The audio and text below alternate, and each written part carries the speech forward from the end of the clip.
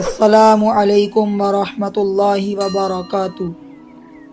آج میں آپ لوگوں کو کچھ ایسے کام بتلانے جا رہا ہوں جن کے کرنے سے گھر میں بے برکتی بھی آتی ہے، نحوست، تنگ دستی اور غربت بھی آتی ہے۔ گھر میں بے برکتی آنے کی کچھ وجہ بزرگوں نے، ہمارے بڑوں نے لکھی ہیں۔ آج میں ان چیزوں کو آپ لوگوں کو بتلاؤں گا، دھیان سے سنیے گا اور ان سے بچنے کی کوشش بھی کیجیے گا۔ بے برکتی کسے کہتے ہیں؟ بے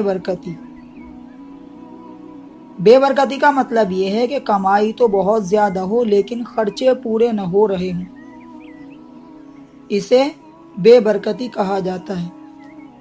اور برکت کہتے ہیں کہ کمائی تو آپ کی بہت ہی کم ہو، تھوڑی ساری ہو دیکھنے میں، لیکن اللہ پاک اس کو اتنا زیادہ کر دے، اس میں اتنی برکت دے دے کہ آپ کے سارے خرچے بھی پورے ہو جاتے ہیں اور پھر بھی پیسہ آپ کے پاس بچ جاتا ہے، باقی رہتا ہے، کسی کا قرضہ آپ پر نہیں ہوتا۔ تو جن کاموں سے غریبی، بیماریاں اور نحوست آئے گی وہ کام یہ ہیں۔ نمبر 1، مہمان کو حقارت کی نگاہ سے دیکھنا، یعنی اسے نیچا سمجھنا۔ جب ہمارے گھر میں مہمان آئے تو ہم اس سے گھٹیں، اسے بوجھ سمجھیں کہ یہ ہمارے گھر کیوں آیا ہوا ہے۔ اس کے آنے پر ہم مایوس ہو جائیں تو مہمان کو حقارت کی نگاہ سے دیکھنا، اس کے بارے میں بزرگوں نے لکھا ہے کہ اس سے گھر میں نحوست اور بے برکتی آتی ہے۔ اگر ہمارے گھر پر کوئی مہمان آئے تو ہم اس کی عزت کریں، اس سے اچھے سے پیش آئیں، اس کے آنے پر خوش ہوں کہ اس کے آنے سے ہمارے گھر پر رحمت اور برکت آئے گی۔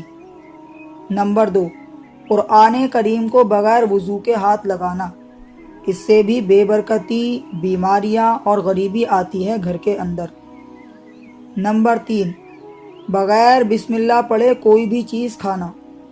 ہم لوگ صبح شام ناشتہ پانی اور دوسری چیزیں کھاتے رہتے ہیں، پر دعا پڑھنا شروع میں بھول جاتے ہیں، ہم دعا نہیں پڑھتے، اس سے بھی گھر میں بے برکتی اور غریبی آتی ہے۔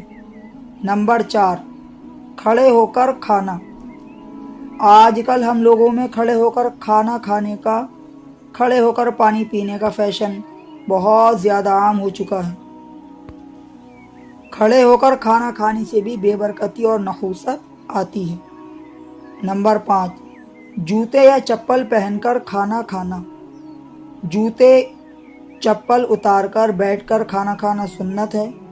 جوتے یا چپل پہن کر پیر لٹکا کر بیٹھ کر کھانا کھانے کو بزرگوں نے فقر و فاقہ اور بیماری لانے والی چیزوں میں سے بتلایا ہے۔ نمبر 6، بغیر ہاتھ دھوئے کھانا کھانا۔ آپ آئے اور یوں ہی بنا ہاتھ دھوئے آپ کھانا کھانے کے لیے بیٹھ گئے، یہ سنت کے بھی خلاف ہے اور بے برکتی بھی پیدا کرنے والی چیز ہے۔ نمبر 7، ننگے سر کھانا کھانا۔ سر ڈھک کر بھی کھانا کھانا سنت ہے، چاہے مرد ہوں یا پھر عورتیں، سب کو سر ڈھک کر کھانا کھانا چاہیے۔ ننگے سر آپ کھانا کھا رہے ہیں تو اس سے آپ کے گھر میں بے برکتی آئے گی، غریبی آئے گی۔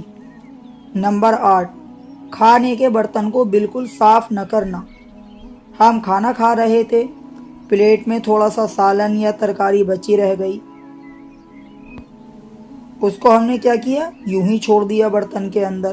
کھانے کی پلیٹ کو ہم نے کلیئر نہیں کیا، کھانے کو فنش نہیں کیا، تو اس سے بھی گھر میں نحوست، بے برکتی اور فقر و فاقہ اور بیماری آتی ہے۔ نمبر 9، مسجد میں دنیا کی باتیں کرنا۔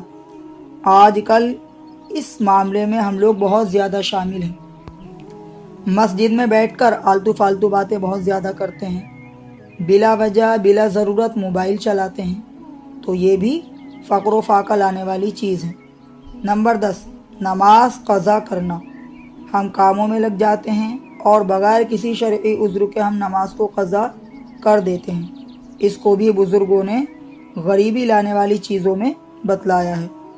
نمبر 11، بزرگوں کے آگے آگے چلنا، بڑوں کا ادب نہ کرنا۔ بڑوں کے آگے چلنے سے ان کی بے ادبی ہوتی ہے، اس سے بھی بیماری اور نحوست آتی ہے۔ نمبر 8، دروازے پر بیٹھنے کی عادت بنا لینا۔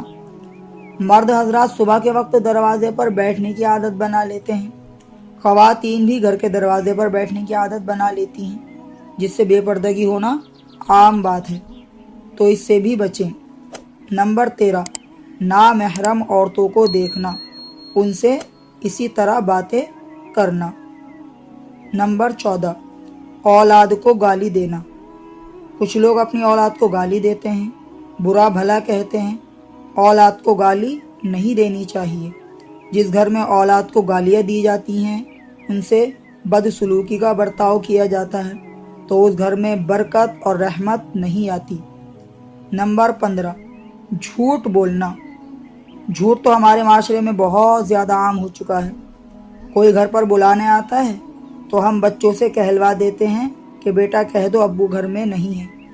فون آتا ہے ہمارے پاس تو ہم ہوتے کہیں اور ہیں اور بتلاتے کہیں اور ہیں فون پر۔